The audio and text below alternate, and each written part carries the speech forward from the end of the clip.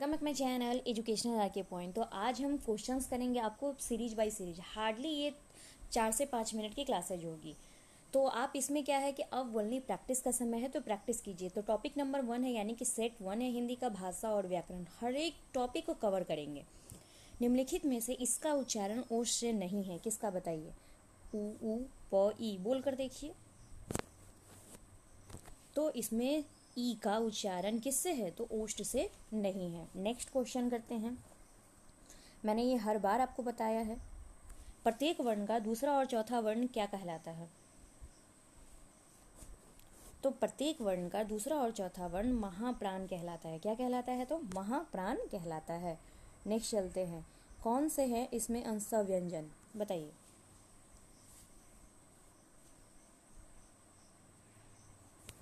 तो इसमें अंशतः व्यंजन कौन से हैं? अंशतः व्यंजन तो य र लव, इनको क्या कहा जाता है? अंतःस्थः व्यंजन कहा जाता है। निम्नलिखित में से किन वर्णों के स्थान पर अनुस्वार का प्रयोग नहीं होता है? तो आपको दिख रहा होगा कि द के पास क्या है? अनुस्वार का प्रयोग नहीं होता है। नेक्स्ट चलते हैं। हिंदी वर्णमाला का प्रथम वर्ण है, बताइए। तो हिंदी वर्णमाला का प्रथम वर्ण क्या है? तो ओ है। क्या है? तो ओ है। नेक्स्ट चलते हैं। संयुक्त अक्षर का असंगत रूप से पहचानिए। संयुक्त अक्षर बताइए। तो आपका आंसर यहाँ पे है क्या? तो ज्ञ, जिसमें क्या है? दो वर्णों के मेल से जो बना है। चलिए, शब्दकोश की रचना एवं उपयोग पद्धति में सबसे महत्वपूर्ण तथ्य क्या है? तो सबसे महत्वपूर्ण तथ्य वर्णों का क्रम। क्या है? तो वर्णों का क्रम है। नेक्स्ट चलते हैं। बताइए, निम्नलिखित में से किस शब्द में हिंदी वर्णमाला में पहले आएगा? तो हिंदी वर्णमाला में सबसे पहला शब्द आएगा कंचन। क्या आएगा? तो कंचन आएगा। नेक्स्ट चलते हैं। क से आरंभ होने वाले शब्दों में सबसे पहले क्या आएगा? तो ये आएगा क।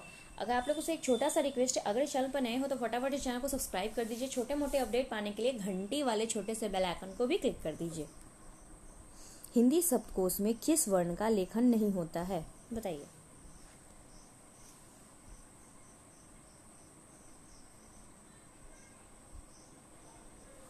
चलिए, तो किस वर्ण का? तो ज्ञ का लेखन नहीं होता है। किसका नहीं होता है? गौ।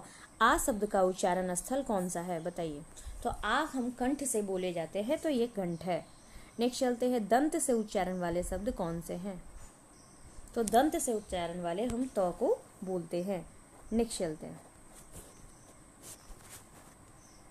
कंठ और तालु से उच्चारित शब्द कौन से हैं? तो अ है। कौन से हैं? तो अ है। पवर्ग का उच्चारण स्थल कौन सा है? बताइए। पवर्ग का उच्चारण स्थल कौन सा है? तो पवर्ग का उच्चारण स्थल प से जितने भी वर्ड यानी कि प, फ, ब, भ, म, वो सारे किससे? तो ओष्ठ से बोले जाते हैं। किससे बोले जाते हैं? तो ओष्ठ से बोले जाते हैं। तालु से उच्चारित वर्ग कौन सा है? तो तालु से उच्चारित वर्ग च। च वर्ग के जितने भी हैं, च, छ, ज, ज, वो सारे तालु से बोले जाते हैं। इसे आप एक डाटा बनाकर याद भी कर सकते हैं। स्वर यंत्र से उच्चारित होता है, बताइए किससे होता है? तो ये होता है स्वर यंत्र से ह। क्या होता है? तो ह में अ की भी मात्रा आती है। किस उच्चारण दंत ओष्ठ से होता है? बताइए। तो इसमें व का उच्चारण क्या होता है? ओष्ठ से होता है। विसर्ग का उच्चारण स्थल क्या है? तो विसर्ग का उच्चारण स्थल कंठ है। ज्ञ का उच्चारण स्थल बताइए। तो ज्ञ का उच्चारण स्थल नासिका है। क्या है? तो नासिका है। उ का उच्चारण स्थल बताएं।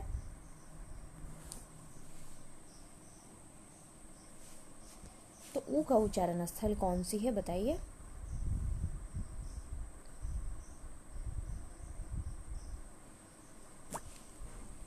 बताइए बताइए। तो देखिए, इसमें इसके ऑप्शन गलत है। ऊ, जिसका वैसे ऊ जो हम ओठ का उच्चारण करते हैं, ठीक है ना? ओठ। तो इसमें ओठ दांत अगर दोनों आंसर मिले होते तो दोनों होते, वरना ऊ का हम ओठ से भी बोल सकते हैं। ऊ बोल कर देखिए। चलिए, इसी के साथ आप बताइए 20 में आपके कितने मार्क्स आए? अगर 20 में आपके 15 आते हैं देन आपका इस चैप्टर पर पूरा कमांड है। अगर 20 में से 15 नहीं आए देन आपका इस चैप्टर पर कमांड नहीं है। तो ये पार्ट 1 था, तो आपको पार्ट 2 भी जल्दी अपलोड कर दिया जाएगा। चलिए, इसी के साथ मैं आपसे विदा लेती हूँ। मिलेंगे नेक्स्ट वीडियो में। Thank you for watching us.